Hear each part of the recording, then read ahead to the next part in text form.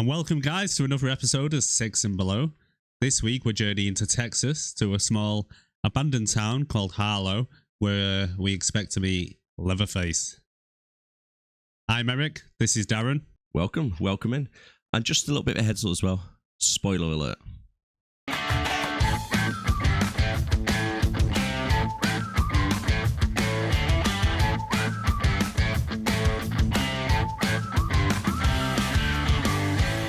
No, we keep forgetting about it, but we just ruined the film for everybody. My wife was listening to our last one last week, and I said to her, "What did you think?" She said, "Yeah, I think you need to put a spoiler alert on there because I've never seen the film, and I basically know what happens." Yeah, especially with all the twists. So, yeah. So, do you want to tell us a bit about this week's film? Yes, this week's film is the Texas Chainsaw Massacre. But don't get excited, guys. It's not the original. Yes, it's the 9th installment of the franchise. Do you want to go over the couple of previous ones? Yeah, so we had the original from 1974. And then since then, we had the Texas Chainsaw Massacre 2. We've had Leatherface, the Texas Chainsaw Massacre 3, the return of the Texas Chainsaw Massacre, the Texas Chainsaw Massacre again, the Texas Chainsaw Massacre The Beginning, Texas Chainsaw 3D, Leatherface, and now we have Texas Chainsaw Massacre. So basically, without the. It's like they're not very creative, are they, with the names? Let's be honest with you. They use the same title, but just change the words over a little bit. It's like the Texas Chainsaw Massacre, Texas Chainsaw Massacre, Leatherface, Leatherface The Beginning, Chainsaw Massacre The Beginning, number 3. I mean, they're trying to milk this franchise for all they can. 100%. Yeah, but it's not been a very good one. I'll be honest, I've seen the original Texas Chainsaw Massacre many years ago, and probably this is the next one I've seen, which fits in quite well because this is supposed to be a direct follow-on from the original. So we've got to ignore the others in between. Yeah, ignore the other 8. So he goes from the 1974 The Texas Chainsaw Massacre to 2022 Texas Chainsaw Massacre. Yeah. And one thing I've noticed as well, it's set like 48 years from the previous one, if you're following the story. Why is Leatherface still the same age? You see, this is the thing that gets me. So I think it's, they say 50 years in the film, but I think, it's probably around 48. So, in the beginning, we get a little bit of a kind of backstory from they're in the gas station, aren't they? And they get, like, on the TV screen, it has a picture of Leatherface up, and it says estimated age 16 to 20 years. So, if 50 years have passed, he's got to be at least 66. At least. If not going on 70. But the way he acts in this film, it's like he's fitter than me, and he's nearly, he's in his 70s. I won't put him past 40. No, I won't put him past 40. He can't be running around like that. Especially with the, the woman who's been keeping an eye on him all these years. Who he kind of is almost sold as kind of like his mother. Yeah, she's like a foster mother, isn't she, running the orphanage? She's not that old. She's still not too old, actually, to be fair. About mid-70s, give or take. Yeah, and this film is a 4.7 rating on IMDb. So that is why it qualifies for 6 and below. Because over here on 6 and below, we can only rate films and watch them if they're below 6. Hence the title, 6 and below. Well, we can rate them if they're 6 or below. Yeah, 6 or below. That's what I said. Yeah, so below 6.1. Yeah, technically. yeah. You've got to be technical about it. And the film had a budget of 20 million. Believe it or not. I don't know where they spent that. Because the stars of the film, they're not really big names. So I don't think they demanded a massive paycheck for it. The thing, like we've said each week when we discuss the budgets of these films, where does the money go? I mean, $20 million. $20 million, sorry. I mean, where did he spend it? Where did he spend this money? Because, like you say, it's not ridiculous. Like the hiring, big name stars. I mean, I can't imagine they paid much of these cast members very much. No, about 20, 30 grand probably. Maybe, yeah. Where's the rest and of it? even that's generous. Yeah. It's... I think with directors, going off some of the previous films that we watched and some of the films what are out there, directors seem to be a money pit. Because you get some really, really big budgets, like the Independence 2 was like 165 million or something like that. But, like with that, you can kind of see where it goes because, you know, all the special effects in Independence Day 2, you know, that's going to add up as bad as they were. But with this, I do like in this that they've kind of gone back to, well, it's gory, as you can imagine. Texas Chainsaw Massacre, it's a slasher film, but it's it's more practical effects than CGI in a lot of it. So I can't spending like 120 grand on makeup. No, sure you're not anywhere near that. But it almost makes you think that, you know, it's like almost like when you're getting married, and you could go to a cake shop and you could say, I want a 3-tier cake, and they're like, I don't know, 50 quid. It's for a wedding. Oh, 500 quid then. So I'm wondering if it's kind of similar where it's like, we need to hire you. Oh, right. What's it for? It's for a movie. Oh, right. Okay. So we'll just triple the price. Yeah. Throw a couple of zeros on the end of that, don't we? Well, that's it. But I know like the camera equipment and stuff much costs quite a bit, but 20 million? No. I mean, they shot the film in Bulgaria as well. So I imagine that was to save a bit of money. Yeah, yeah. Because I believe they had quite a lot of issues trying to make Bulgaria look like Texas. Right. Well, yeah, Bulgaria, the film was shot in. Ah, okay. Learn something new every day on that. Back in 2020. That's it. As you mentioned, then it was originally shot in 2020. Yeah. But for the theatre release in 2021. I know what you've heard this one, haven't you? Yeah, yeah. So it was such a disaster. I can't say that word. A disaster. So disastrous test screening. It was eventually sold to Netflix, where it debuted in 2022. Yes. And do you know what I mean? So it's like they couldn't even put it out for cinematic release. Well, I believe it did quite well. I don't know if it did quite well, but it was in like the number 1, number 2, number 3 spot worldwide on Netflix when it first released. But again, it's probably just going off the name, you know, Texas Chainsaw Massacre. It's the franchise, isn't it? Everybody's in on. It is. And to be honest, I think they need to just stop making these films because I think they've run the course now. It's the same for Freddy and Jason, isn't it? How many Freddy and Jason films are there? I know. And the Halloween films as well. You know, they keep regurgitating these. But at least they're a bit better because you've got Jamie Lee Curtis in them. At least she can act. You know, she would be worth a budget of 20 million.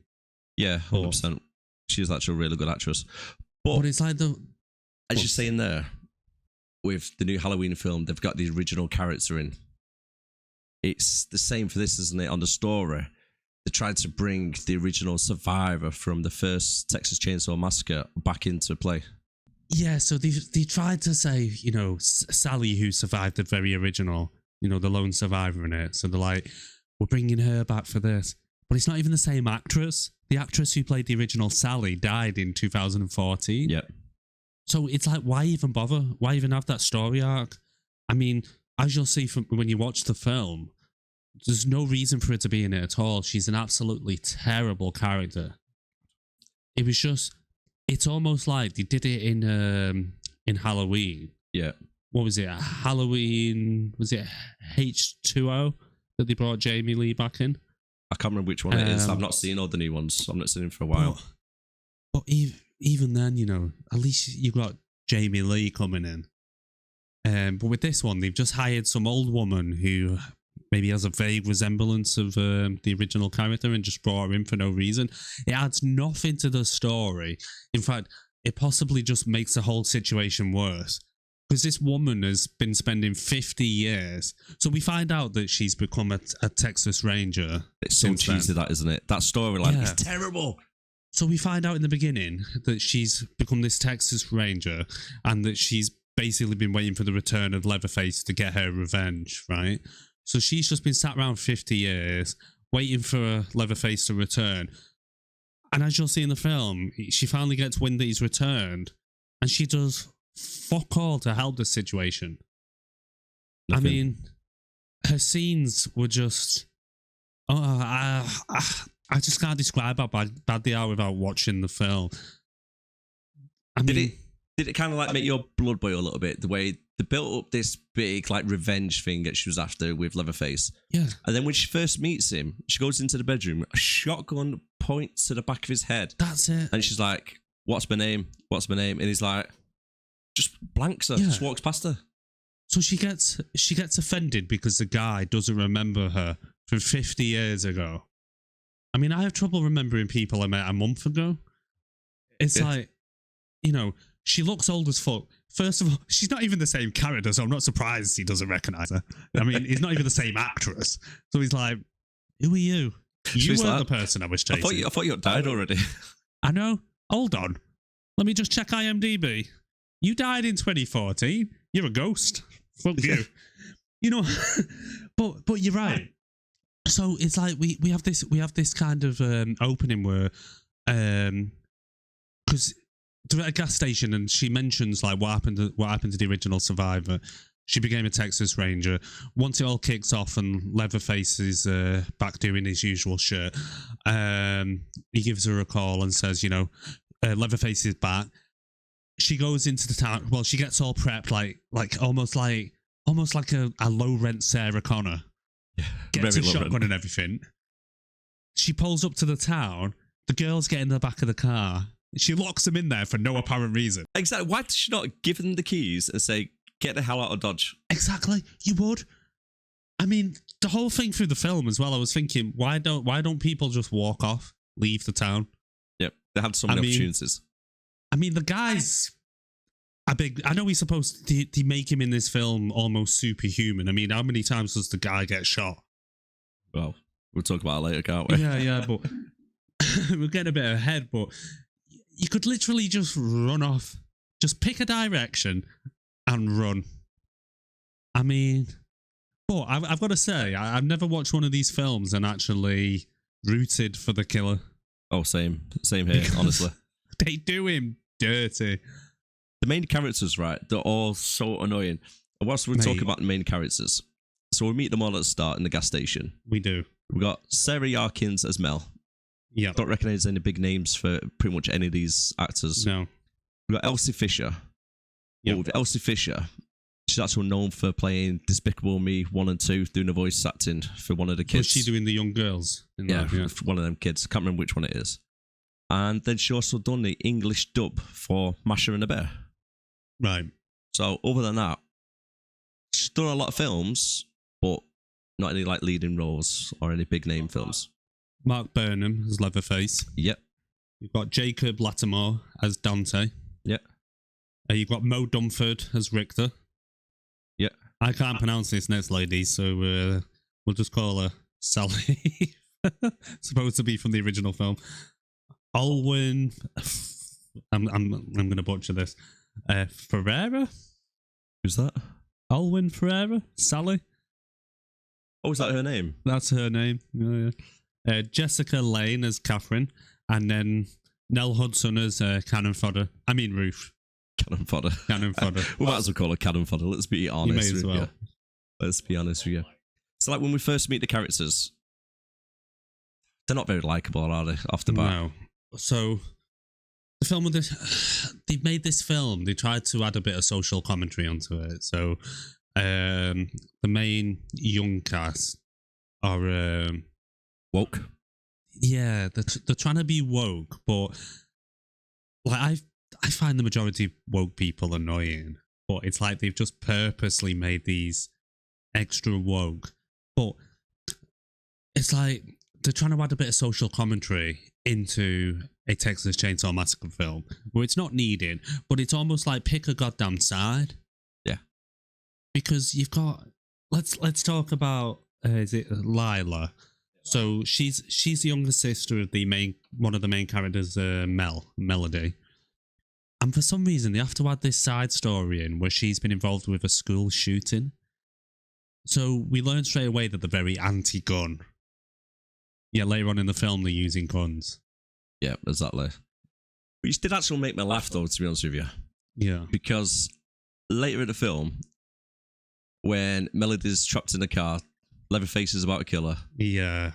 And then Lila shouts out, "Hey, fuckface!" Turns around, she's got an AR-15 or something like that, an M14, whatever gun it is. It's an AR-15, yeah.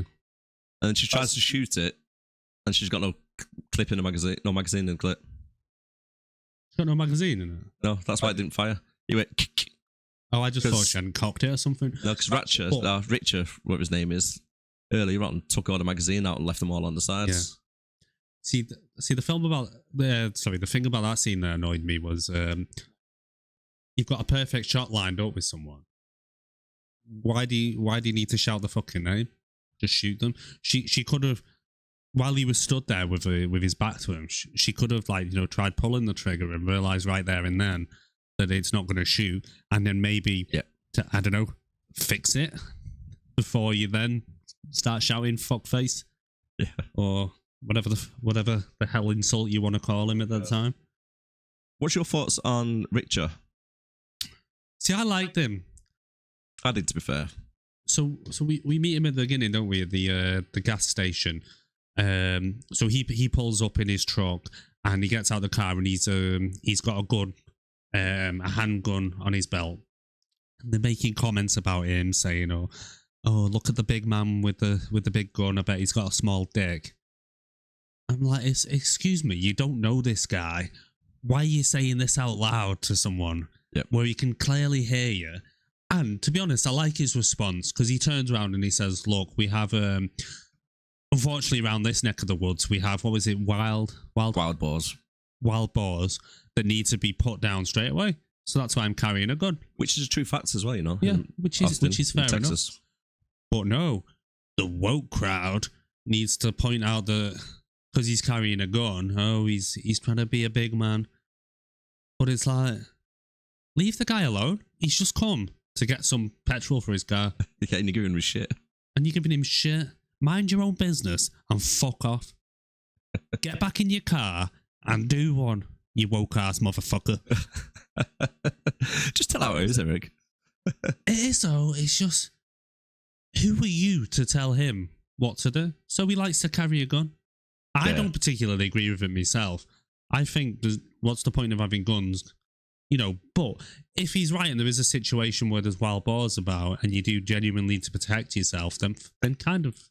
And you are living in Texas. Enough. Yeah. You know what I mean? I think it's like I think it's like illegal if you don't carry in Texas, isn't it? Probably. Personally, I've never been, but I wouldn't carry a gun round. I probably would if it was in America. But if it was in America, maybe. Yeah. There's too many nut jobs over there, isn't there? But no offense, Americans. Yeah, fucking hell. But to just start mouthing off at someone for no reason in a gas station, doing that whole "I'm talking to my friends, but I'm making sure you can hear me" kind of situation. Fuck you, Melody. I take it you don't like Melody, do you? Mate, she's got a face that you just want to punch. Like, I don't even think it's the character. I'm looking at the picture of the actress now on my computer, and right now I just want to punch through my screen. Okay, right. We're not condoning violence against women. No. Don't get me wrong. I'm not condoning any violence to anyone ever. But she's got a punchable face. Do you know when you have a face you just want to punch though? I mean, she's just a head so far up her own fucking ass. The way she treats her sister in this film as well. So her sister's obviously been through a traumatic experience. It didn't need to be in the film. Yeah, she's really overprotective and she doesn't need to be. Yeah, they're trying to get some kind of social commentary because she's been in a school shooting, which is, it's one of the worst things that could possibly happen in this world. Who goes into a school and shoots up fucking kids? I mean, but why do you need to put it in the film? What are you trying to aim from this? What does she's had a bit of trauma in the past? Is this not fucking enough trauma for the character? Yeah, it's not needed, was it? It really wasn't. It's just lazy backstory, lazy writing. And as I mentioned in our previous podcast, I like a good character arc. I like a good backstory, but there's no need for it. And she just walks around mopey as fuck, which I imagine if you had been in a school shooting, you're probably going to be. But the sister... Yeah, you got Melody's sister, that's why she's so mopey. Melodies. Maybe it is. Maybe she's just not that fucked. She was in a school shooting. It's just the fact that she has to look at fuckface all day. And she's dragged her to the arse end of nowhere. And having to look at that face and not able to punch it. Right, let's move on swiftly. And then you've got Dante. Yeah. So in the film, you've got Dante and Melody, which the opening wasn't very clear, but you kind of find out as it goes on that they're kind of Instagram influencers. Yeah, trying to set up their own restaurant, aren't they? Yeah, so it's like a ghost town, isn't it, Harlow? Yeah, so it's like everyone's kind of either moved on or been kicked out, and they somehow managed to convince the bank to let them like buy the town. And what they're trying to do is a bit of what's it called, gentrification. So they're coming in, they want to get all their woke friends to come and open up restaurants, art galleries, bistros, coffee shops. But it's all well and good, but it's in the middle of nowhere as well, isn't it? No fucker lives there. No. It's a stupid business opportunity because all you're going to be doing is selling to the people who are moving in, opening their bistros, and who's going to drive all that way to go visit some shitty little art gallery? Although making a vegan Starbucks. It just don't make sense. But anyway, they're supposed to be kind of celebrity chefs. Well, not celebrity chefs, but chefs on Instagram. And they're going there because they've arranged for another group of woke people to come down on the bus to buy, to bid for parts of the town. Yeah, invest into it. So literally, they arrive there like they fucking own the place. And yeah, that to be honest, every single person on the bus really did annoy me from the off. But they're all like feel like they're owed something. Do you know what I mean? Like up their own asses and stuff straight away. Just come across like that really bad. The part where they get stopped by the police on the way into town, and so they're at the gas station. They've insulted this Richter guy, and then they drive off and they're heading into the town. And then all of a sudden, he comes flying past in his truck, and obviously it's got all, because they're in their electric car. It's got all this, all this fucking diesel smoke coming out, and it's like, it's like coal powered, wasn't it? Yeah, it was may as well like a fucking coal powered train went past. The amount of smog that was coming out. So it's like what you didn't see at the gas station. It wasn't petrol he was putting in or diesel. He was throwing a bag of coal shoveling his inside. coal. He must have been, because the amount of fucking smog that came out of it. But there's the other social message about pollution. I don't want this fucking shit in a slasher film. No. I just want shallow as fuck characters that maybe you like a little bit and you can maybe root for one of them to survive. But anyway, so then as they're driving into the town, they get stopped by the sheriffs on the way in. But it's not what you think. Oh, the sheriff's a dickhead, kind of like a Rambo situation. Oh, you're not welcome in our town. And they're like, oh, well, why didn't they stop that guy going past in his car? Maybe because he's just minding his own business and he fucking lives there, love. Well, you're the one coming into town buying it all up. Trying to make changes, trying to gentrify the area. Yeah. Make it too expensive for the people that do still live there and are struggling. I didn't actually mind the cops, to be honest with you. The cops were came across all right, then quite helpful, as you see a little bit later on. We're just here to make sure everyone kind of behaves themselves. Yeah, and talking about Dante as well, it's like how, like, up his own arse is like one of the scenes. He sees a Confederate flag outside, doesn't it? So he starts seeing his arse about. He goes inside, starts kicking off with the old woman, starts threatening to take the house off her, saying like, "I own the house," etc. But it turns out he actually didn't get that one deed in the whole town. Yeah, just that with the old lady. I mean, I feel for Leatherface. Poor old woman, not. The thing is, they walk into town like they own the place, and I know they own the majority of it. And they meet Richter there, don't they? Yeah. And they realise that this guy that they've just insulted at the gas station is actually the guy that's been sprucing up the town for them, the contractor. So then he notices Confederate flag, and he starts having a fucking hissy fit about it. And it's like, don't get me wrong, I understand what that flag stands for. Yeah. But you're in the middle of the fucking south of America, you know, not South America, but Texas. the South. In Texas. You're going to see a few of these flags. And they keep going on how they like, you know, the history of the town, and they want to keep some of the history and all stuff like that. Well, unfortunately, mate, that's in the history. Yeah, that is unfortunate, isn't it? Yeah. It really is. So, the thing that winds me up about that is when they just walk into the house, we find out later that they don't actually own the house, but who gives them the fucking right to just walk in? It's an orphanage, and they just walk in and are like, right, I'm going to go and take that fucking flag down. Yeah. He's such a prick, that Dante. And it's even later on as well, because obviously they start having a bit of an argument with her. Give us the old woman a really hard time. She's saying that I've done nothing but good for this town. Yep. I've seen it come and go. Been helping out all the orphans, etc.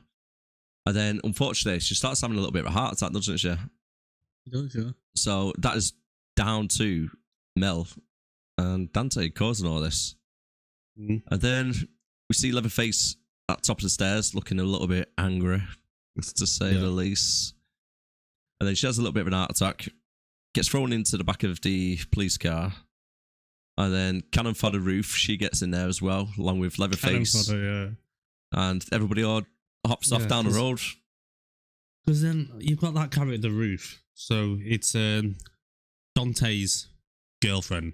Yeah. Because she's in it for what, about 10 minutes? Yeah, she's the first victim of Leatherface. Well, actually. Well. Third. Well, of the initial group of teens. Yeah. Or whatever the hell they're supposed to be in this. Yeah, because as the police van drives off. Yeah. The mum dies in the back of the car. Or the van. And then Leatherface, superhuman powers kicking. Snap the sheriff's arm with one hand. What she says to him? When she's dying. Like, stay out of my room. Yeah. What's the first thing he fucking does when he gets home? Straight into the bedroom, starts putting into the bedroom. Starts fucking sniffing her knickers and shit. He does actually sniff her knickers. He was sniffing something, wasn't there? Or a dress or something, yeah. Definitely was. But yeah, but the Ruth, yeah, she's like, I don't know, I think she's just there to be killed, really. Yeah, she is. Most of the characters. Same with police officers as well, because they get dispatched pretty quickly, don't they? The van crashes into the field. But it's like they're saying at the beginning, the police, you know, we've been in this town all our lives, please treat us with respect. But as soon as one of their residents steps out of line, it's like, come on, need to get you out of here. And so then we have the first kills when Leatherface snaps. So literally snaps.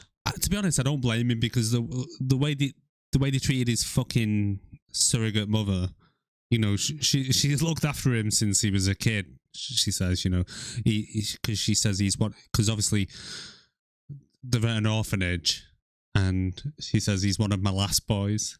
Yeah. Because, yeah, but the way they treat his mom, it's ridiculous. It kind of makes you want to stick up for the killer in this, doesn't it? It does. Because Dante, they just walk into the house because of this whole flag, thinking, well, they do think they own the place, so they are walking around like they fucking own the place. And he goes upstairs to try and get the flag out the window, and then this old lady suddenly appears. And they treat her like an absolute fucking senile old bent, and all she is nice and polite to him. Yeah. You know, oh, well, you must be our new neighbours. Come, I'll make you some tea. So she even makes them some tea, and they sit down and they go, you're not the fucking supposed to be here. This is our fucking house. And she goes, oh, do you mean the whole situation with the bank? Oh, I sorted all that. I paid the money. I've got the deed. Like, you need to fucking show it us now. Yeah, he was actually quite irate one from the start with that. But not only Dante, this fucking Mel is there saying, yeah, we're going to need to see that deed. And the old lady rightly says, no, I don't need to show you fuck all. Get the fuck out of my house. And he's like, oh, well, I'm going to get the police involved in this. fuck off, Dante. Fuck you. Fuck Melody. Fuck the police. Leave the old woman alone. You've got people coming to the town, but she's going to stay inside the house anyway. It's not like she's going to come out and start speaking to people. I mean, she's old as fuck. She's frail. She's got an oxygen tank that she's carrying around with them. And then he fucks off to get the police and at the bottom of the stairs, and she's like, oh, the whole thing with the flag, it's not what you think. It was my great-grandfather's, and it's all I've got of it. And, we just put it outside for old time's sake and whatever. She's too fucking old to take it down herself anyway. Yeah, there's no malicious behind it anyway. No, you know what I mean? She probably put it up years ago and has just not been able to get up a ladder. She's not going to get up a ladder to get it. So fuck you. Fuck your deeds. And then like you mentioned before, we see Leatherface appear at the top. Well, we see someone appear at the top of the stairs. And then they stress her out that much that she throws up and has a heart attack just as the police arrive. And it's like, someone call an ambulance, and the police are like, we are the ambulance. Yeah. And that, ladies and gentlemen, is what starts the massacre. Yeah. That's but it. I don't blame them. They basically walked into this woman's house, told her she needs to get the fuck out. Mate, I would kick off. Imagine if that was your mother. Yeah, exactly. You do the same. Well, and two woke, punchable face motherfuckers walk in and say, you need to get out. We own your fucking house. No, you don't. I've got the deed upstairs. Fuck you. Yeah. Because she even says, like, when Leatherface comes to the top of the stairs, no, it's okay, love. You just go back to your room. It's fine. And then they die and he goes off his tit, which I'm not surprised. Should we talk about the first killing? Yeah. When he literally has superhuman strength, snaps the guy's arm. Yeah, stabs him in his own neck with his own arm. I mean, in the original film, it's a family of cannibals. And I think, what is he, like the youngest one? And they call him Leatherface because he's wearing the mask of, he's wearing human faces as a mask. But now they're just trying to turn him into kind of like some kind of Jason character where he's kind of superhuman, because the mum dies and, she's like, oh, stay out of my room. Don't go in my room, Mr. Leatherface. And all he's trying to do is he gets the oxygen and he's trying to put it on his mum's face, trying to help her. The guy, the copper, the sheriff, the deputy, whoever the fuck he is, who's in the back of the van with them, does sod all to try and help. All he says is he knocks on the front and goes, Sheriff, the old lady's croaked. I mean, and so Leatherface is trying to fix the oxygen, trying to get the oxygen coming into the mask. And then the deputy has the audacity to grab his hand to say stop. Yeah. That's it. He was just like trying to... But then he grabs the hand of the deputy and somehow snaps his whole arm in half. And then the bones are sticking out, sticks it into his neck. It's as gory as could be, this film, isn't it? Just to be the sake of it. I do like the gore in it. If you're looking for a gory film, this is the one for you. But don't expect much story. Yeah, there's no story to me whatsoever, is there? Let's be honest with you. You know what I mean? It's a psychotic rampage with a Jason wannabe type character, isn't it? The deputy pulls his gun out. Don't know why, because he's not going to get a shot off. Stabs in the neck, shoots the gun. Sheriff gets a bullet through the back of the neck. Yeah, comes straight through. And then drives and crashes into, what was it, like a tractor in the middle of a field or something? An old tractor? Yeah, but with a running theme of this, the dead like to come back to life. Yes, no one fucking dies. Not straight away. No, because that's the thing. Because when Ruth is trying to escape, the sheriff who's been shot in the neck comes back to life, so he can like beep the horn and then dies again. Yeah, and it's like, what? Yeah, so he's been shot in the neck. He's been in a car crash, and then he's just like all of a sudden. But then you've got fucking Leatherface. He's like, oh, my mum's just died. What can I do with her body? I know, I'm going to cut a fucking face off. I know it. It's the first thing that comes to his mind. It's not burying her or anything. I'm going to skin her face. I'll wear her for a little bit. Well, we need to talk about this mask as well. What's holding it on? Can I just say as well? What? Right. A he cuts the face off. Right. You're going to talk about There's a scene where they're in a sunflower field.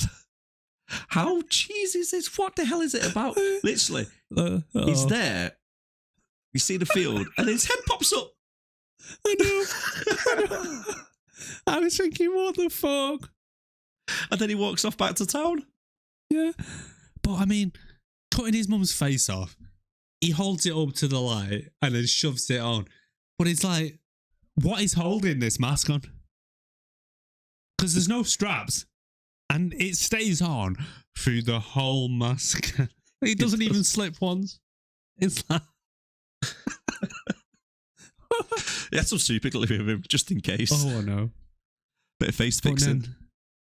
But cannon fodder as well, Ruth, when she gets killed. I love the blood effect on that. She gets her stomach sliced open. It was quite good, wasn't it? Yeah. The visual effects, they have done really well on this. But then she's on the radio, isn't she? Yeah. She's on the radio going... He's wearing a face. He's wearing a face. He's wearing a face. And who happens to pick up the gas... the guy in the gas station? And guess who he calls? Don't call the police. Don't call the National Guard. Don't call the FBI. Who does he call? Get me Sally. Sally, the one who's been retired for 25 years. She's 75. Mate, she's got to be like, 75, 80, and she's still a Texas Ranger, apparently. Yeah. Well, I was Dog the Bounty Hunter.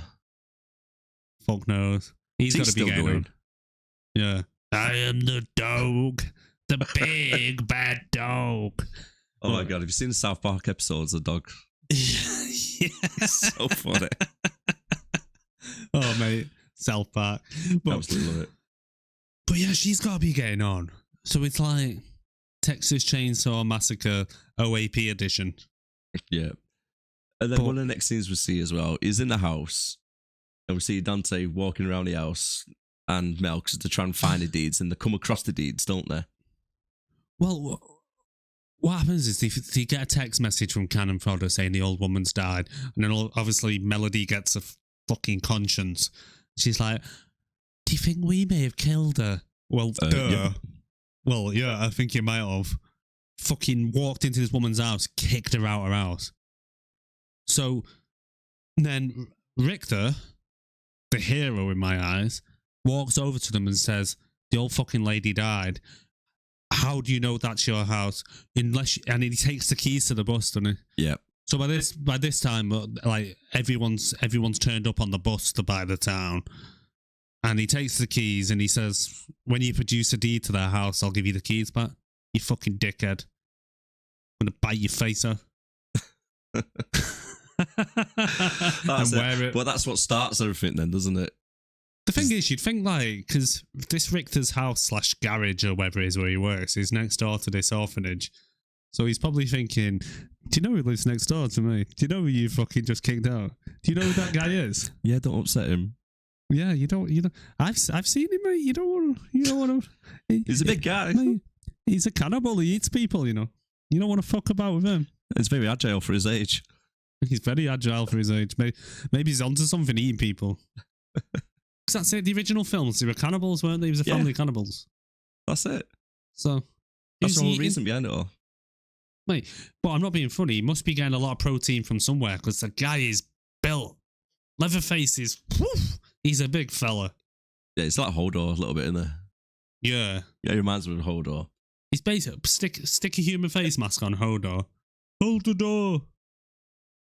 But yeah, and then the little Miss Moody Face gets friendly with Richter, doesn't it? But the thing is, right, when Melody's in the house and she's just seen Dante get killed. Yeah. How loud is she when she's underneath the bed? How did Leatherface not hear her? Considering later on when he's got his fucking supposedly loud as fuck chainsaw and he can hear every little movement while she's under the floorboards. I mean, I can't hear myself think just with that playing. Let alone someone under the floorboards. Yeah. It's ridiculous. When she gets under the fucking bed. I mean, horror story cliche. Yeah, 100%. And to be honest, right, I felt bad for Richard. Because he sees Dante, doesn't he? Because Dante comes back to life, starts walking down the street. And then he goes in the house to try and help things out. Yeah. He don't last long, does he? I did like that scene when Dante gets his face slashed. Yeah, I don't like Dante as a character either. Yeah, but I think that's mainly why I liked it, because he's in the kitchen, isn't he? And they've got like a door that swings open and forth. Yeah, and, it's like the kitchens. Yeah, so as he's being attacked, you're seeing less and less of what's happening. And then all of a sudden the door's closed. And then he backs through, falls on the floor, and a shit load of blood comes out. How he got back up under that? Originally, I thought his throat had been slit, the amount of blood. I thought that. Yeah, I did think that but as well. But later on, you learned that it's kind of down his face. But even so, the amount of blood that came out there, he ain't doing well. You're dead. You're dead. You're not going to be able to pick yourself up, 50 yards down the street? No. And start trying to talk to warn people. They all just fucking leave him there, don't they? Yeah. I mean... like you said, right, with last week's episode, Werewolf with him, he's Dave. He's just been killed, nobody's bothered. I know. He is fucking Dave. He is Dave, but... Yeah, because... So... He's walking past Richter's, isn't he? With all blood and everywhere. And he comes out, like, basically saying, what have you been doing in the house? Because... Basically, they've been next door trying to root through all this old lady's shit. It's bad enough that they've killed her. Now they're rooting through all the stuff, looking for a deed to the property, just in case she happens to have one. And then Richter goes after him to say, "What the fuck have you been doing in that house?" Yeah, even the lady though, who's actually organising the party on the bus, she sees it. She gets back on the bus, and she doesn't mention a single thing to anybody. She's like, "Yeah, just lock the doors." Not like, guys, do you know, get out of Dodge? Yeah, because she comes back. She's just found Dante, face sliced open. He basically dies on the side of the road. And then Richter says to her, get back on the fucking bus. And like you say, she gets there. And I think a couple of people even say what's going on. And she's like, nothing, just stay on the bus. Just keep everyone on the bus. Yeah. And like you say, you'd go in there and you'd say, I've just found one of the guys dead. Come and give me a hand. Because she don't know what's going on. She don't know you've got Leatherface. Wait a minute. Okay, that scene there where he tells the lady to get back on the bus. He's got the keys in his pocket there and then. Why didn't you give the bus keys? That's what I thought. Because he's got the keys. Because later on, like once he gets killed, he tries to give the keys to Melody while she's hiding under the bed. But I was like, you would say, get on the bus. Yeah, here's the keys. Get everyone the fuck out of here. Go and get help. You know. And the other thing, they've all got phone signal there. Why is no one calling the police? Yeah. Not a single person rings the police. Get back on the bus and you'd say, someone call 911. Get an ambulance. We need an ambulance here. Yeah. We need... I don't know. I'd even take a fireman at this point. I'll talk about the bus scene shortly, though. Let's not get ahead of ourselves. What you mean? You mean fucking John Wick meets Leatherface? It's fucking... Oh my god. Fucking bus scene. Oh, I was real gutted, you know, when Richard died, though. Yeah. And the way it happened as well, he couldn't defend himself or anything. He's got a sledgehammer inside of his leg. His leg just snaps. He goes down on the floor. And then hammer time kicks in. He gives it his best shot. But then we need to talk about the other fucking elephant in the room. Which one's that? So Leatherface has been living with this woman for 50 years. Yep. The chainsaw is in her bedroom behind a fucking concrete wall. Leatherface, as soon as mummy dies, fucks off downstairs, goes and grabs a sledgehammer and starts bashing the wall. And you're like, why is he bashing the wall down? And he pulls out the chainsaw. I wonder, that's what the old woman was trying to say to him when she said, "Stay out of the bedroom." Stay out of my bedroom. Maybe. She was basically trying to say to him, "Don't like go on a psychotic killing spree." The other thing is like that chainsaw's 50 fucking years old. It worked perfect though, I know. and the fuel wasn't gone bad either. Well, he does. To be fair to him, he does try to start it. It doesn't work. And I think when he gets interrupted by Richter, he's He's repairing it, isn't he? He's trying to repair it. But it's like just buy a new chainsaw, dude. I don't think he's got enough time to nip down to the Home Depot or anything. Well, He's in psychotic rage, isn't he? it's just silly. And then in his dying fucking breath, Richter's on the floor getting his head smashed in. He sees Melody under the bed, and he's like, "Oh, take the keys, take the fucking keys." Now, if you was Leatherface in that situation, you're like bashing the guy's head in from behind, and you see him reach across with a pair of keys towards underneath the bed. Yeah, you would like investigate. Why is he trying to reach out to somebody underneath the bed? I don't think he gives a fuck, really. He just wants to smash his head in. He's doing what he loves. Tunnel vision. Tunnel vision, yeah. Oh my god. Yes. Oh, and then Sally, the apparent survivor from the original film. Gas station fella gets hold of her. It's just fluffer. It's a little bit of fluff for the film. She's there in a barn, gutting a pig, butchering it. The phone rings. It's like, Leatherface is back. And she's like, full on Sarah Connor, get me shotgun, back of the car. And then she just happens to stumble across the crashed sheriff's truck where Cannon Fodder and the other two guys died. And then she finds the mum as like a scarecrow in the sunflower field. Yeah. I mean, she's just a fucking annoying character. The whole lot of them are. And then Melody tries to fucking do one. Right, one thing I did like about this scene, it's like one of the scenes is now, it's like Melody's on the run for her life. She's underneath the floorboards. Leatherface is trying to get her with the chainsaw, cutting through everything. And I don't know if you ever noticed, but near the end, when she's underneath the floor, she's trying to shout to her sister, Lila. Yeah. So Lila comes to the door, or the window anyway, and they're trying to get through. Have you noticed he cuts through the sewage pipe? It goes all over her face. Yeah, shit pipe. I quite like that, because it's like, I don't like the character. So he's got this loud as fuck 50-year-old chainsaw that he's just got working. She's under the floorboards trying to get away.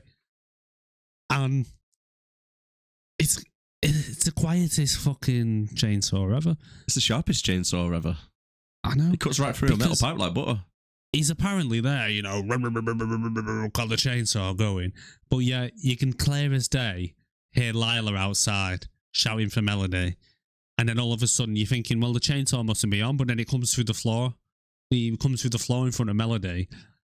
And you're like, what's he got a silencer on this thing? The phone, it's like, but what was your thing as well? So before she even ends up under the floorboard, she's running down the stairs, and Leatherface, well, she's climbing down the stairs, should I say? Why she doesn't just walk down the fucking stairs? And then he throws a sledgehammer at her. That would be her ribs broken straight away. She would be dead. It was enough force to smack her, hit her down the stairs, and go through the floorboards at the bottom of the stairs. She's dead. Her ribcage is crushed. Crushed. And then she actually falls through the floorboards as well. There's that much force in it. That's what I mean. She goes down the stairs, through the floorboards, and somehow she survives this? I don't think so. I don't fucking think so.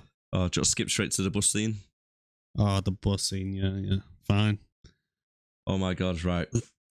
So they run back to the bus that all the investors have arrived on, and they're having some kind of fucking party on the back of the bus. It's all blue lights. They're having a good time, and then Leatherface arrives, and what do all the woke crowd do? Pull out the phones. Get the camera out. Oh my God. The thing is, right, what really got me about this You take a Chinese film guy. of Oh, try anything and you get cancelled, bro. Yeah. Who says that to a guy who stood there with somebody else's With a face chainsaw. glued onto theirs with a chainsaw covered in blood? So he gets yeeted. It's like, it's like it's the world's biggest threat nowadays. Yeah. Stop or I'll cancel you. I did actually love this scene though, because when it, like I say, it starts going to John Wick mode, starts killing everybody. There's one in the scenes where it's just chopping everybody up. He picks like an arm up, looks around like, who's this belong to? Can't find who it is, and just throws it behind him. The thing is, as well, is I notice like when he's walking through the bus and like, let's say he's sawing people on the right hand side. There's people on the left hand side that could easily get past him. Yeah. I know they're gonna be in like panic stations. It's like no fight or flight, but the amount of people as well that are just banging in the window. And then later on, you see the woman from the bank, and she just slides the window open. Yeah. Tries to get out, but doesn't quite make it out, does she? Did no one, like, I don't know, try to open the window before? Well, banging on it, weren't they? I know they're all in a panic, obviously, which, you know, if this shit was going on, I'd be in the corner rocking me. You'd be doing something though, wouldn't you? You wouldn't just like sit there calmly banging on the windows or anything. You'd be jumping over the seats trying to get past or doing something. They're banging on the windows, screaming for help. Help from who? The town's abandoned. There's no one coming to save you. It's just, if we talk about the scene for a sec, there's a lot of blood. Like I say, if you like the gore, I mean, even at one point, a pool of blood comes under because Melody and Lila suddenly decide to hide in the toilet. No one else thinks of this, so they're in the toilet hiding on their own while everyone outside is being slaughtered, and I mean slaughtered. Literally, yeah. It kind of reminds me of, you know, the Blade, the first one, when we're in a nightclub and all the blood starts spraying out the things. It's like that. That's how much blood there is. Everybody is just bathing in blood at the moment. Yeah, there is a lot of blood. A lot of blood. Oh, and then when the bank lady tries to get out she finally decides to open the window. She tries to get out and is cut in half. Pretty sick. You see the entrails and everything coming out of her legs. Yeah, the visual effects, like you said before, they've done really, really well on this, haven't they? Yeah. The visuals are good. Yeah, it's like you say, it's not a great film overall, is it? Let's be honest with you. No. Do you want to talk about the director? Well, I want to talk about bloody Sally. Sally again. Sally, the biggest waste of space in existence. Going back to what you mentioned before, where the characters in this, you think they're dead, and then 10 minutes later they're alive again. Like Sally, she confronts him after 50 years. She finally finds Leatherface. She's got a fully loaded shotgun, pretty much point blank range to his head, and because he has the audacity not to remember her. Like I said before, it's a different fucking actress anyway, so he's not going to recognise your love. You're a different person. And then what happens in between? Her holding the gun at him, she bottles it. He leans down, picks up his chainsaw, and goes, "Are we done here? What? Because I'm leaving." A couple of girls out there that got my name on. Yeah. And he just walks off. And then he walks out. He must walk out, go downstairs, out the front door, 150, 200 yards down the street to where conveniently she's locked him in the back of her own fucking car, rather than just giving her the keys and saying, "I tell you what, girls, you take this car, you fuck off. Me and him have got unfinished business. I'm going to go take care of him." Right? He gets right to the car when she suddenly decides to come out, and she does this little fucking dance and fires one shot at him, and then waits another fucking 20 seconds before shooting him again, giving him time to fucking do one. 50 years she's been planning for this. 50 fucking years. And she fucks it up royally. Oh my God. Right, okay. So a little bit later on, we're going to be giving out some awards, aren't we? Oh. I've got a feeling one of the characters you're not liking. Oh my God. There's so many. All the characters in this. The only one I like is Leatherface Because he's killing the fucking characters for me. The rest of them can go suck a dick.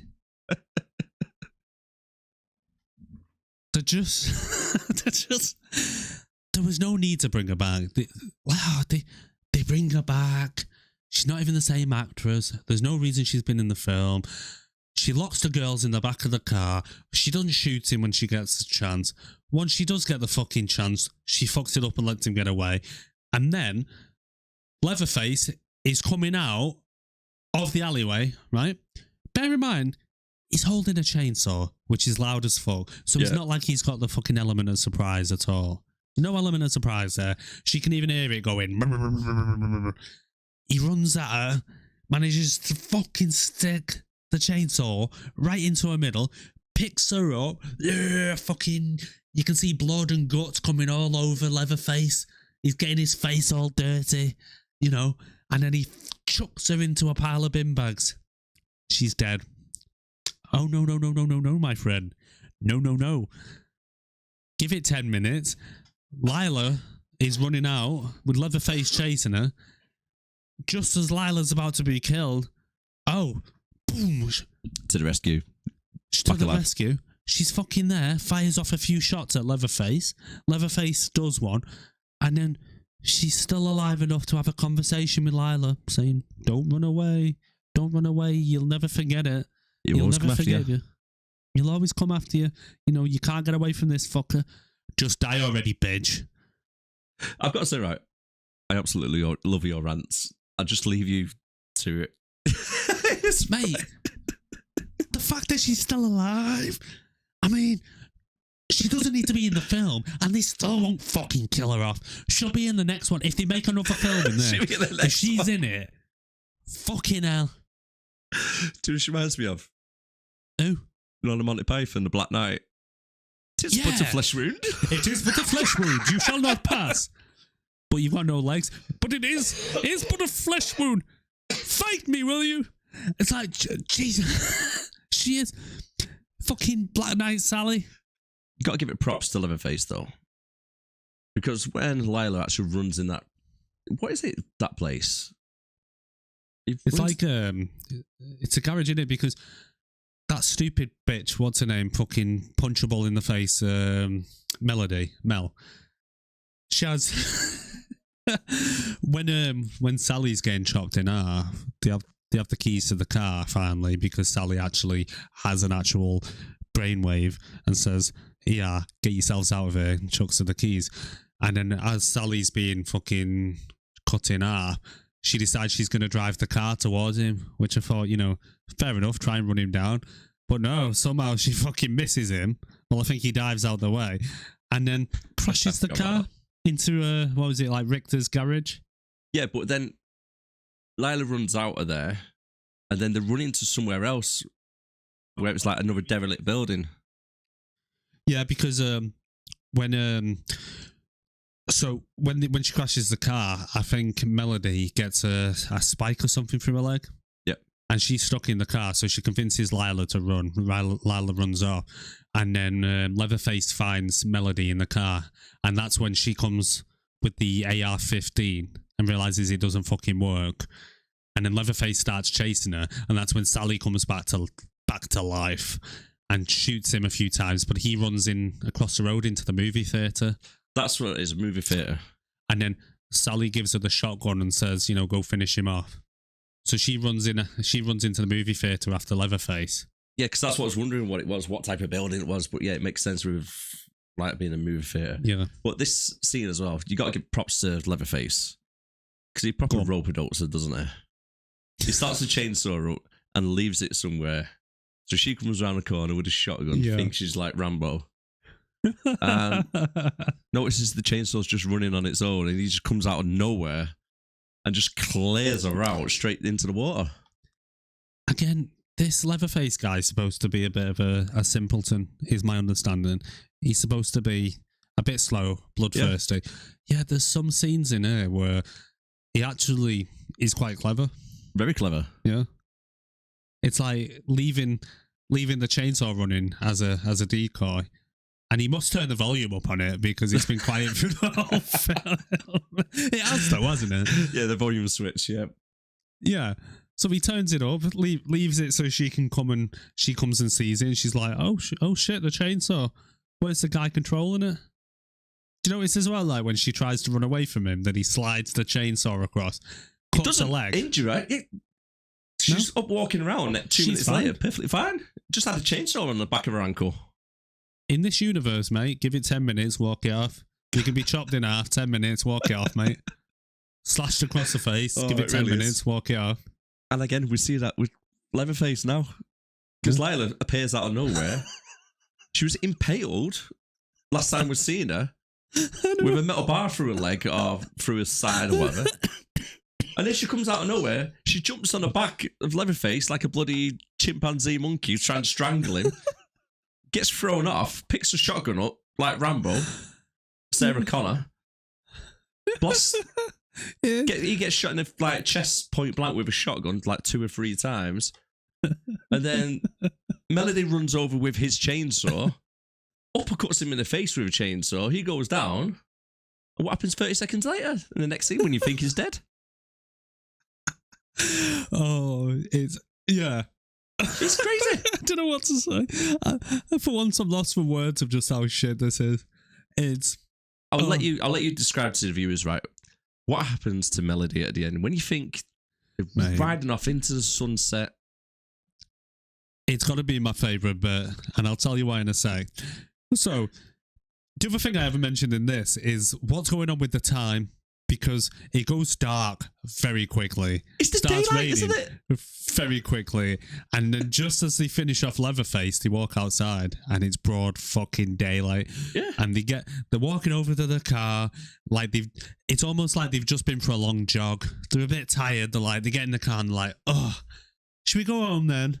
Let's just forget that this guy has just been around this whole town, killed about 30 people, as well as their friends, their best friends. They don't give a shit. Get in the car. Let's open the sunroof. Come on, let's get the sunroof open. Let's get the sat nav going. Let's go home. And then just as about to drive off, oh, that was it. They put autopilot on the car. That's one thing I loved about this film. It's so shit and cheesy. Leatherface smashes through the window, grabs Melody, pulls her out the car, and then Lila's out the sunroof going, no. As the car drives away on autopilot. Leatherface has got Melody by the hair, kneeling there like a good girl, and chops her head off. But give it 10 minutes, mate. She'll walk it off.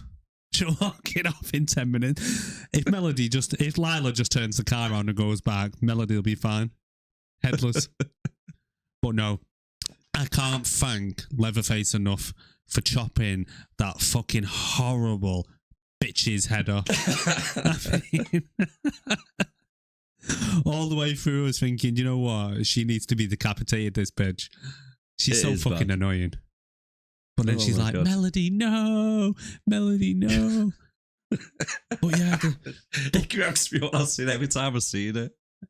It's just but the timing in it, like I say, it suddenly goes dark so quick, and then all of a sudden it's light. It's like the world's shortest night, because it's not like we have a break in between when they're sat there having a conversation. They're constantly running from Leatherface, so it's like the night's like half an hour. Yeah, unless they've been fighting 6.5 hours off camera. Possibly, but you don't see any kind of break in the film where there's enough time passes and it's going to go from night to day. Like it goes to night very quickly. Yeah. But I said that is one of my pet hates on films. It is a bit of a pet hate. It's like a time warp. There is another scene as well. Do you know when they finally get the keys back for the boss? Get the keys back for the boss, and they say to the guy, drive, right? And they don't give him any context as to why he's got to drive. No one's explained, there's a serial killer on the way. With a chainsaw. A slasher with a chainsaw. He's probably heard the legends himself of the Texas Chainsaw Massacre. Anyway, so they don't give him any context. He just goes, all right, then I'll drive. starts driving, and you see Leatherface in an alleyway, and the bus drives past, and he's there with his chainsaw. And then all of a sudden, you see a scene in the bus, and you just hear a or whatever. And I'm thinking, how has Leatherface caught up with the bus? What's he done to it? Because as he goes past, you see the back of the bus go, and he's still in the alleyway. And I mean, this guy, as we've established, he's got to be in his 70s. How is he legging it after a bus? And then the bus driver, sorry, to add insult to injury, opens the door and gets off, and no one thinks to say to him, "Don't go outside, you mental bastard." And that's how he gets into the bus. Leave him to it, don't they? They're like, "Yeah, go on if you want to go check it out." Yeah, he's like, no. You'd say, "Don't go out there. What are you doing, you mad fuck?" If the bus still drives even a little bit, just keep going, buddy.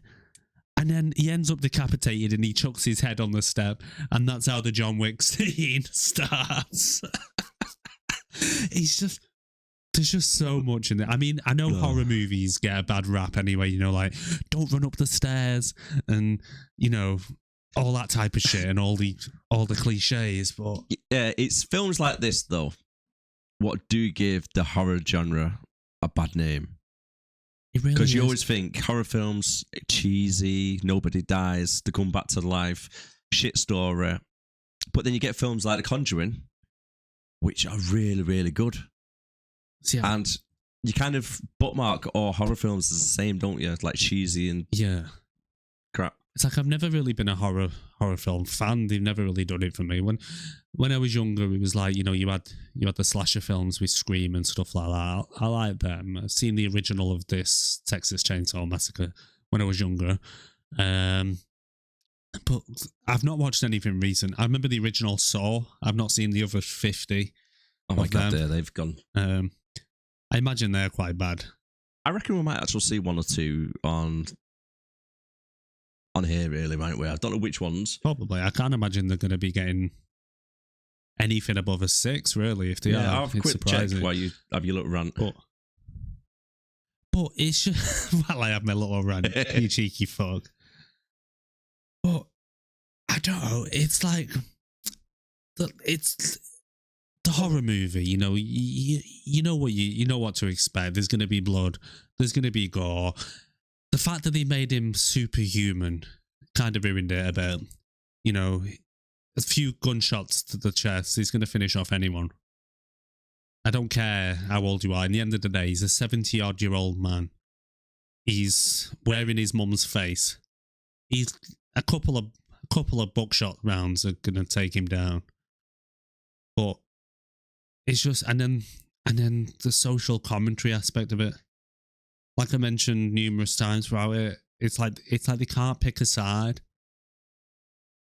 Pick something you want to focus on. If you're going to try and get some kind of social commentary going on in your film, just pick something and stick with it. But they try and cover so much. It's like, what is it? Gun control, school shootings. Yeah. Probably gender kind of thrown in there, I imagine. Right, just a quick one. Go on. So I've got an update quickly on the Saw franchise. So if you want, we can add one or two of these. We can add one or two of these to our mix if you want. What have you got up there? Saw 3D 5.5. Okay. So we've got Saw 3D 5.5. We've got Saw 4 5.9. Right. And then we've got Saw 5 5.8. And then Saw 4 again. Yeah, so there's a couple there, but the majority of them are like 6.5 to 7, which is quite surprisingly. I'll be honest, I don't really want to do another horror film right now. I think this one's ruined. Yeah, save for me for a while. Next year. Save for next year, Halloween. Maybe. Next Halloween. Okay. But what else was I saying? So I think they touched on pollution as well. Yeah. But the characters are just so unlikable. There's nothing you can relate to them with. The mopey, you just want to punch him in the face. And I mean, the horrible people. They kick an old woman out of our house. I'd say they deserved everything they got. Pretty much. Okay, do you want to skip to the awards? Yeah, well, unless there's anything else you got to talk. think you covered everything, to be honest with you. Like I said, the dialogue on this film was absolutely terrible, so there's not really much to talk about on that side. There's not a lot on the story building or anything, so there's not much to talk about that either. So let's get straight to the awards. What about the guy who's responsible for this, the bloody director, David Blue Garcia? I think this is the last film that he directed as well. Probably. I think he had two films prior. Didn't hit the mark. 2018, he released 2 films. And even there, 5.4 and 5.9. I mean, I read something researching this film that apparently it had 2 directors originally. And I think what they shot at first was that fucking shite that they were fired and this guy was brought in. So if this constitutes better than what they were shooting, fuck me. Maybe that's where the 20 million budget went towards. What? Trying to get someone to actually... I mean, I'm not being funny. A dickhead with a camera phone and a chainsaw could have made a better film than this. I mean... I love it. I don't know if it turns out that, you know, they did want the characters to be this unlikable. But fuck knows. I don't know what else I can say about this shit. Let's just move on. Talking about that then. It's there are the writers on this. Yeah, it's not like a single writer where it might be 1 or 2 people what are doing it, which normally make a good film because less chefs in the kitchen, spoils the broth, etc. Yeah, this was 5 writers. It was a board of writers, so I think that's what messed it all up. 5 writers. Yeah, 5 people in the room, butchered the dialogue, and couldn't make a single story out of it. So they just went, no, just kill everybody. Kind of makes sense because there's 5 agendas in here, so it's like everyone wanted to shove their own little agenda in here. Yeah, so that probably explains a little bit of, you know, the character building, the way they are, like the eco warriors, and then, yeah, you know, wokeness, and then somebody else is against it. It's like, say, it's just a lot of changes in it, wasn't there? Don't get me wrong, you know, wokeness is the new cool, but there's a time and place. Yeah. There is a time and place, and this wasn't the time, and this certainly wasn't the place. So let's wrap it up and get on with the awards section. So yeah. Go on. Okay.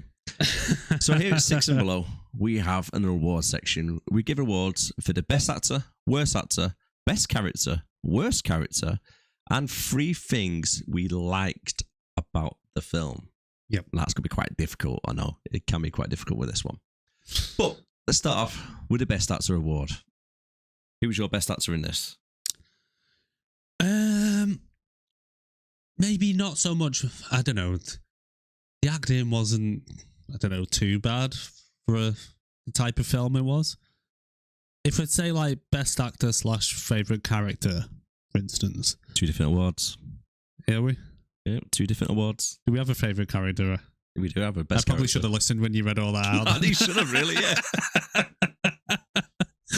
Okay, best actor, who have we got to choose from? Who was the most believable? God. Do you want me to go while you think? Yeah, go on, you go. I've gone for the old woman who died. Leatherface's mum. Good shout. She looked genuinely ill. Yeah. She had a good fear in her face when she was talking. And when she was saying about the bank, you could see the panic in her face. She portrayed a lot of the dialogue well. Yeah. So I'm going for her for the best. I go with fucking Leatherface. Leatherface. Mate. He didn't say a single line of dialogue. Oh, no. I don't know. Fucking Richter? Richter? Yeah? Yeah, he was quite a good actor, to be fair. Yeah. It's a shame he died instantly. Yeah. I expected him to be in it a lot longer than what he was. For the character he was playing, he did it quite well, but yeah, whether he's just... There's the problem with, like, actors you don't really know, because you don't know if they're just playing themselves. Maybe he's like that in real life. True. Mm-hmm. True. Yeah, fuck it, I'll give it to Richter. Go okay. Go on. Now, the worst actor, aka the Steven Seagal Award. I'm gonna take you to the bank, Senator Trent. To the blood bank. That is right. The Mr. Whisperer himself. Can I take this one? You know what? I've just realised we haven't got a Steven Seagal film on our list. If you want to see a Steven Seagal film reviewed by us, let us know down in the comments. And you can also play along as well. Let us know who is your best actor award, who's the worst, who's the favourite character, and who's the worst character on this. Right? And 3 things you liked about it. Let us know down in the comments for that. So basically what Darren's saying there is if you want to punish us, for whatever reason, suggest a Steven Seagal film in the comments. And it could possibly be on here. Please don't make me watch one. Please don't. Well, Under Siege, the first one, I think that's above 6. Oh. So I think that's the only film in his whole career is above a 6 on the IMDb. And that's nothing. It's got to be below 6 in IMDb. Mr. Seagal. Yes. Mr. Seagal? Whispers everything he does. You can't hear what he's saying because it whispers. So, my worst actor has got to be Sally. The one I can't pronounce, Alwyn Foray. Who gives a fuck? The woman who played Sally, who isn't really fucking Sally. She's fucking shit. She didn't need to be in the film. She needs to fucking die quicker. Stop coming back to life, you stupid bitch. Eric's got a lot of quite hostile there against Sally, isn't she? Mate, there's no fucking reason for her to be in the fucking film. She's not even the same fucking actress. She fucks everything up so fucking badly. She just... I think you need to go. Oh Who do you think, Darren? Okay, mine was not Sally, believe it or not. You fucking what? It was not Sally. Right, I quit. Right, go on.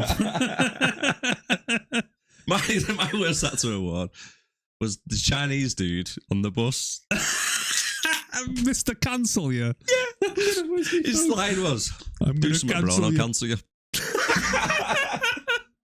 Mate, you can't blame him for that, man, right? It was terrible. Absolutely terrible. It was terrible. Absolutely I wonder terrible. what he's credited as in the film. The cancellation guy. Asian canceller. Okay, who's your best character? I think we know My this. best character. Okay. It's a fine line between Leatherface, because he does what we all want, kills these fucking shit people. Yep. Or Richter, because he seemed like the only guy in the whole fucking film with any common sense. It was true. It's true. So, I don't know. Richter. I'll give it to Richter. He's my favourite character. I will be honest with you, it's a flip up between Richter and Leatherface. And I went for Leatherface. Yeah. One of them's got to have it because, mate, Leatherface just did us all a favour. If someone came into my mum's house, tried to kick her fucking out, I don't care if I'm Leatherface. I maybe wouldn't wear a face. That's taking it a bit far. But them woke motherfuckers are dying. Somebody's fucking dying. What? If you think about it from a different point of view, Go on. Leatherface is the hero in this film. No. He's avenging. Well, kind of. But the hero in this whole fucking film is the old woman, his surrogate mum. Somehow that motherfucker's managed to keep him from killing people for 50 fucking years. I don't know what she was doing behind that closed doors. It worked. But whatever she did, it fucking worked because he's not been seen for 50 years. 10 seconds after she's died, his body count's already at 3. I mean, did she deserve a face to be worn? I mean, to be honest, it's quite poetic because he's wearing her face in a way of saying, I'm going to get you some vengeance here. So the last face they're going to see is your fucking face. I think he started crochet. Is what? I think he started crochet. That's why he's like not killed anybody for so long. He's been knitting idle hands octopuses. type thing. Sat there with his knitting needles making octopuses. There's a couple of questions I want to know though. It's like, she obviously knew that he was this fucking cannibal massacre fucking guy. But I want to know who the fuck put the chainsaw in the wall. I think she did. I think she hid it from. That's why when she did die, stay out of my bedroom because she didn't want him to do this. Yeah, but if you're gonna go through the trouble of fucking hiding it from him, why fucking tell him where it is? Tell you what, Knew look, where it was. you know your chainsaw that you did that massacre with? I'm just gonna fucking put it here and concrete the fucking wall up. But anyway, You did tell Erik liked this film. She deserves a fucking medal for keeping him from fucking rampaging. But like I say, I kind of feel for the guy. If someone did that to my mum, I'd maybe be like, like I say, I wouldn't wear the fucking face. That's just minging. And how did the fucking face stay on through the whole fucking film? Super glue. Mate, where did you get super glue from? Mate, either she's got sticky blood under that face, or he's got a sticky fucking face. Plus, as well, on some of it, you can see the face kind of drooping down. So how was he even fucking seeing? And not to mention, he didn't fucking look like her. I mean, Jesus. Oh my god. Okay, what are 3 things that you liked about this? Is that kind of some trick fucking question? Nope. 3 things. You gotta pick 3 things. You can't skip. You've got to pick 3 things that you enjoyed. Three things. Okay. My number one thing I liked about this was Melody getting her fucking head chopped off. I knew you were going to say that. I could watch that scene all day. And you know what? You've got to give it to her because she sat there like a good little fucking woke piece of shit she is. And the mummy fucking kicking a old woman out of the house, fucking horrible face, sour, when he finally gets his vengeance. Because if she got away, she started all this shit. She's got so much blood on her hands. When he's just holding her there, and I just thought, you know what, Melody?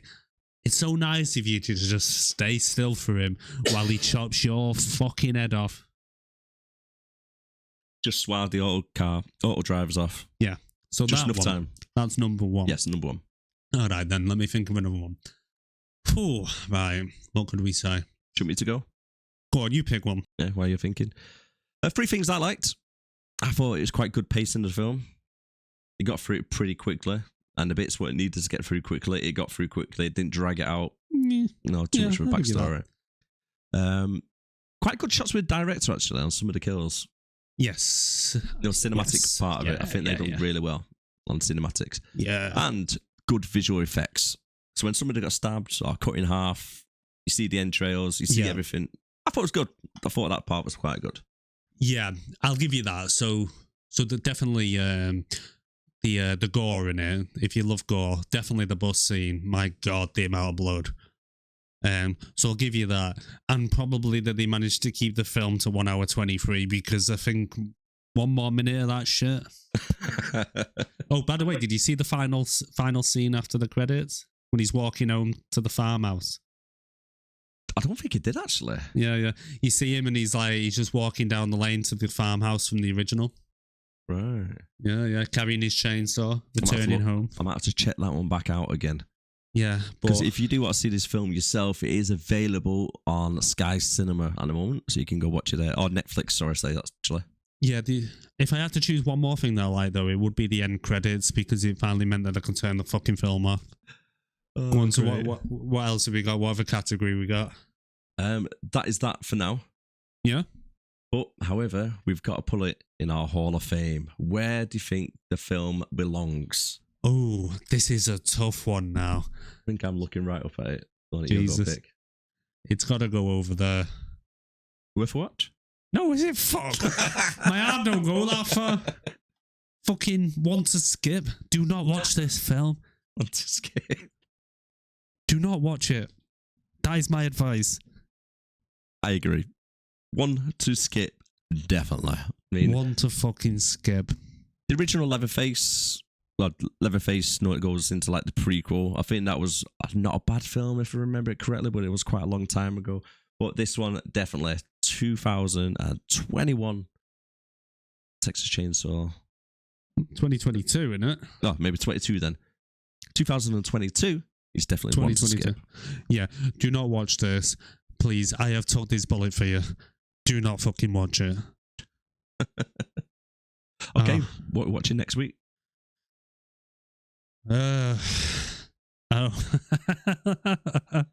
So, next week we've got Batman Forever.